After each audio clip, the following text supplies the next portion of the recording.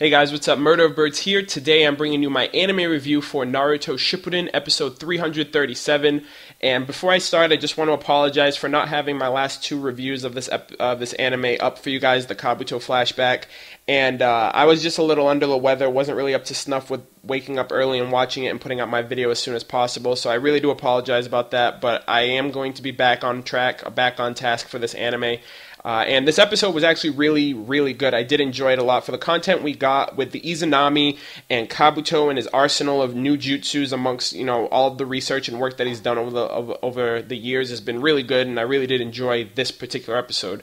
So right off the bat, we see his arsenal of the fact that over the years, he's been collecting samples from the Sound Ninja, from Orochimaru, from Sasuke, from Team Taka and everything, and it's utilized, and you just see all that power and all the demonstrations that you see in this episode is the fact that he uses the Sound Ninja, he uses Saikon at the beginning, he uses Jirobo to move the Amaterasu flames out of the way, he uses Kidomaru to put up those webs so Sasuke and Itachi can't run off, which they do anyway with the help of Susanoo and their Amaterasus. And then also you have Kimimaru and Tayuya, which he uses those to effectively puts Sasuke and Itachi in a Genjutsu bind and pretty much has them, on the defense. They're pretty much laying low and trying to avoid confrontation until Izanami activates, which we don't really know what it is right off the bat, but we do end up finding out later on the line. And during this confrontation of, Sasuke and Itachi versus Kabuto, Itachi just keeps lecturing and talking about how Kabuto needs to see things for what they are. He's not looking at the bigger picture. He is pretty much identifying himself by false truths and imitation, the fact that he's trying to be something he's not. He's trying to be Orochimaru. He's trying to be the next level, the next step of Orochimaru, and he's just not that.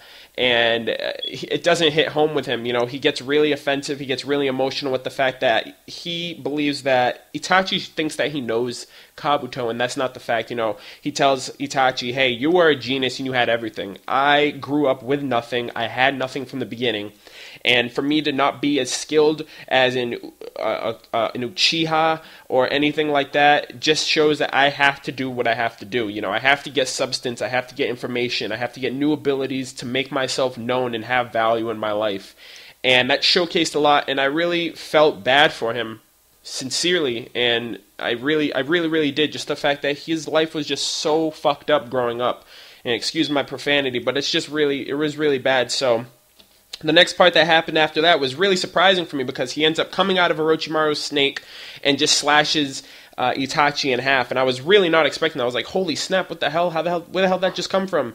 And he expresses his anguish about the fact that no one will understand him. No one knows what he can become or who he will become. And at that point, it's no holds barred. Sasuke and Itachi are pretty much, all right, we gotta step up, we gotta do this. And we see the first instances of Izanami with the fact that Itachi, one of his eyes ends up fades to white, and we see different subtleties and different gestures throughout the episode, and it's not really apparent at first what this jutsu is doing, other than the fact that Itachi's eye changed. But so the battle starts off, and we first see the one of the water droplets fall from one of the stalactites and hit him on the shoulder. That's one of the key details that happens that you can obviously take into consideration for what Izanami is. Second off is the feather on the floor when he runs over it when he's charging towards Itachi. And thirdly is his horn. During this entire fight, it's pretty much like deja vu in the sense that, Kabuto is just attacking, and he's really oblivious to everything that's happening. The fact that his horn is getting cut off repeatedly in the same instance. Every time he cuts through Itachi activates his crows and, blinds him for a bit, and then he slashes his horn off. They retreat to their opposite ends. The stalactite water droplet hits him on the shoulder, and then he steps on that same feather on the floor. And at first he doesn't realize it, and then sooner or later he starts realizing, he's like, what's going on? I feel like this is deja vu. And then it becomes really apparent to the fact that he realizes, like, is this a Genjutsu? There's no way this can be a Genjutsu. His eyes are His eyes are blinded, so that way he can't be affected by genjutsu. And he's really losing his cool now at this point. You can definitely see in the episode, he's like, the water droplets falling on him every second, and he's like, oh my gosh, what's going on? And then the feather falls, and he loses his composure with his feet, with his footing. And his horns, like, you see like 4 or 5 horns on the floor as well, so it's like, what is this jutsu? And we find out that this is an infinite loop jutsu. It is in comparison with Izanagi, being Izanami, and it decides fate from what we are being told by Itachi. The fact is, I don't know exactly the intricacies of it, but next episode we'll definitely find out. But for me personally, to just break it down, since Izanagi is a jutsu that technically changes fate with how Danzo used it, you know, when he was getting attacked by Sasuke, he was just changing the course of fate with the fact that if he got hit with one of those Susanoo arrows, he'd be dead. But the fact is he changed fate and he didn't die.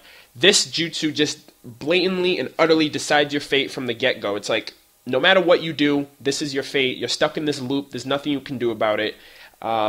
So, I mean, this jutsu is pretty badass, to be completely honest. The fact that we haven't really seen it up until now is pretty interesting, to the fact that we're going to probably learn. We're definitely going to learn more about it. The next episode is going to go into the bit of Uchiha history with Izanami and Izanagi and how they fare and how they're in comparison. But this episode was a really good, you know, it was really good in terms of the action was really great. The progression and learning about a new jutsu is pretty awesome too. And, you know, that it was just pretty much enjoyable for me. I was really content with everything that I got. Don't know if I left anything out in this review. If you guys did enjoy this review, though, or anything that I left out, please be sure to let me know in the comments down below.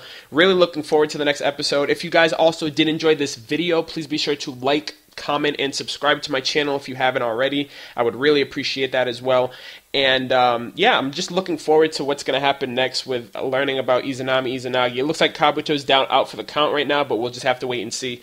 But anyways, guys, thank you so much for watching my video, and I will definitely catch you guys next week for episode 338. Thanks a lot, guys. Peace.